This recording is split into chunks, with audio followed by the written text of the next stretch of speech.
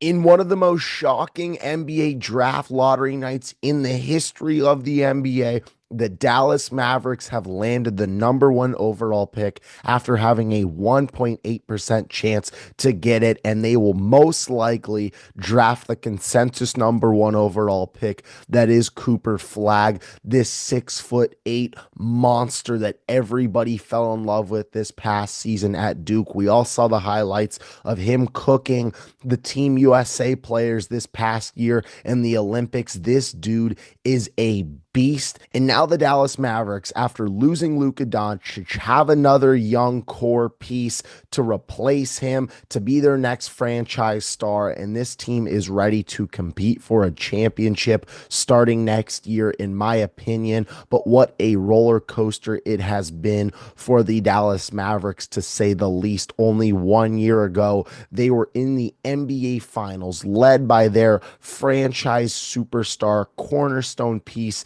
of the NBA in Luka Doncic. And I can't use hyperbole enough here, because he truly is that good. And he truly meant that much to the city of Dallas because of how good he was.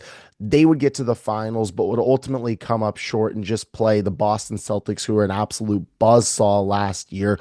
But at least you have Luka Doncic. You have young pieces like Lively. You still have PJ Washington. You sign Klay Thompson coming into this year. What does this big three core of Luka, Kyrie, and Klay look like? And you get halfway through the year after Luka's battling some injuries.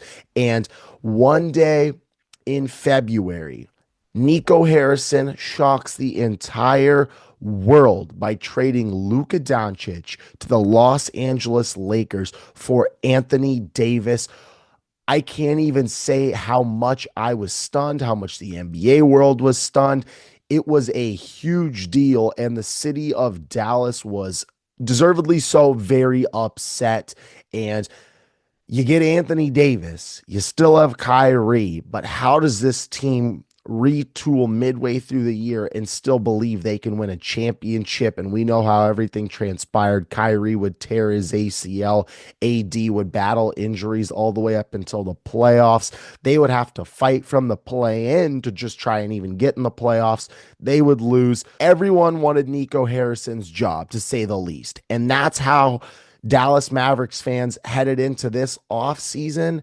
But boy, did they not think they would get this number one overall pick and get Cooper Flagg. It does seem a little bit fishy. I've been seeing all the conspiracies that he got the call from the big man and Adam Silver. Hey, trade Luka there so we have our next young, great star in a huge market. But then we'll give you the number one overall pick and we'll give you Cooper Flagg. I see all the conspiracies. Personally, I don't believe it, but boy, oh boy, this is insane.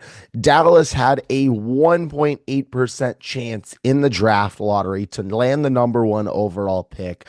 They had a 39-43 record. And when you look at some of the teams that had really good chances with the terrible seasons that they had, like the Jazz winning only 17 games, they had a 14% chance, or the Wizards winning 18 games, they also had a 14% chance. And then the only other team that had a 14% chance was the Charlotte Hornets, winning only 19 games.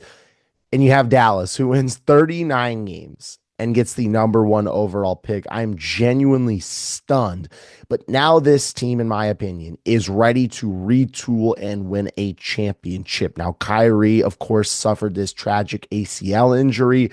He's not going to be ready for the start of the season. But if you can get him halfway through the year, and if you can get Anthony Davis to give you great production, which he's absolutely capable of doing, I believe that if Anthony Davis is healthy, I believe he's one of the best basketball players in the NBA. He is that good. He's an amazing defender. He can give you almost 30 points a night.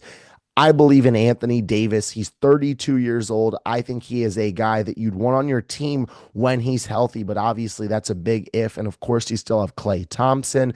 AD loves to play the four, and Dallas gives him that capability with Derek Lively and Daniel Gafford. And this is a great roster as we head into next year. You're going to have Kyrie Irving at the one. You're going to have Klay Thompson at the two. You're going to have Cooper Flagg at the three, AD at the four. 4 and Derek Lively at the 5. That's going to be the roster heading in to the postseason. And boy, that should terrify some teams. This is a squad that was in the finals, and this is a deadly roster, in my opinion. Now, what can we expect from Cooper Flagg? We can all guarantee that Cooper Flagg will be a Dallas Maverick. I know he will be. What can we expect from him day one? I think this is a perfect scenario for him to go to Dallas. First of all, you have a lot of people comping him as Anthony Davis, but for rookies, sometimes it's so much on their pressure, so much on their plate to really go to a terrible team, to go to a city where you're winning 18, 19 ball games and have to be the day one playmaker putting up over 20 points a game. Well, for Cooper Flagg, he can evolve, he can develop into his role. And that's the great part about this opportunity for Flagg. He doesn't have to be Superman. He doesn't have to play out of his character, and he can learn around the veterans on this team while still developing into one of the best players in the NBA. And that's what his potential really shows. But Cooper Flagg, he's not going to get bogged down. He's not going to have the media jumping on him. Oh, is he a bust? He's not going to hear any of that 15 games into the season. No, he's going to be kind of protected by AD and Kyrie and by this roster, but yet still develop into his own. So I think this is awesome for Cooper Flagg, and I really believe that this is a great situation for him. Now, we know that Dallas now, with the number 1 overall pick, is loaded. They have so many assets right now. Before landing this number 1 overall pick, they had enough assets to go trade for a Kevin Durant. And I think there were some tea leaves about them potentially trying to go for a Giannis with the number 1 overall pick. But it does bring up an interesting question. Would you trade the number 1 overall pick for Giannis Antetokounmpo? For me, depending on the situation, say San Antonio landed the number 1 overall pick,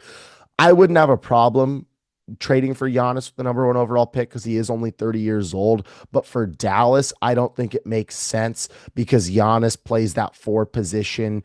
And sure, he could play the 5, but I think you want AD to stay at the 4. You don't need to give up more than what you have. Keep this young star in Cooper Flagg. Keep the roster like you have it, because you probably aren't just going to have to give up the number 1 overall pick. You probably have to give up a player or two, if not another pick. But I love this for Dallas. I think it's so great for the fan base that had to deal with losing Luka Doncic, the torment that brought. Now they land the number 1 overall pick. Nico Harrison, I know he is smiling somewhere so massive right now, but this team is going to be a day 1 contender. That's what they bring to the table with this loaded roster. That's what Anthony Davis brings in a former champion. That's what Kyrie Irving, a former champion, brings as well. And of course, you have the pieces with Klay Thompson, a former champion, PJ Washington off the bench. If he can hit shots, Daniel Gafford, Najee Marshall. This team deserves to be respected across the NBA. And once they get fully healthy midway through the year,